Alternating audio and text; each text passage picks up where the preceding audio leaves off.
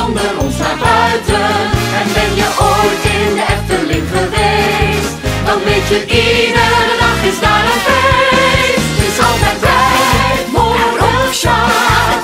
Het is nu feestal, gaat het Sprookjesbos hier sluiten. Tijd voor een sjaak. Wie door wil feesten moet nu zonder ons naar buiten. En ben je ooit in de Efteling geweest, dan weet je iedere dag is daar een feest.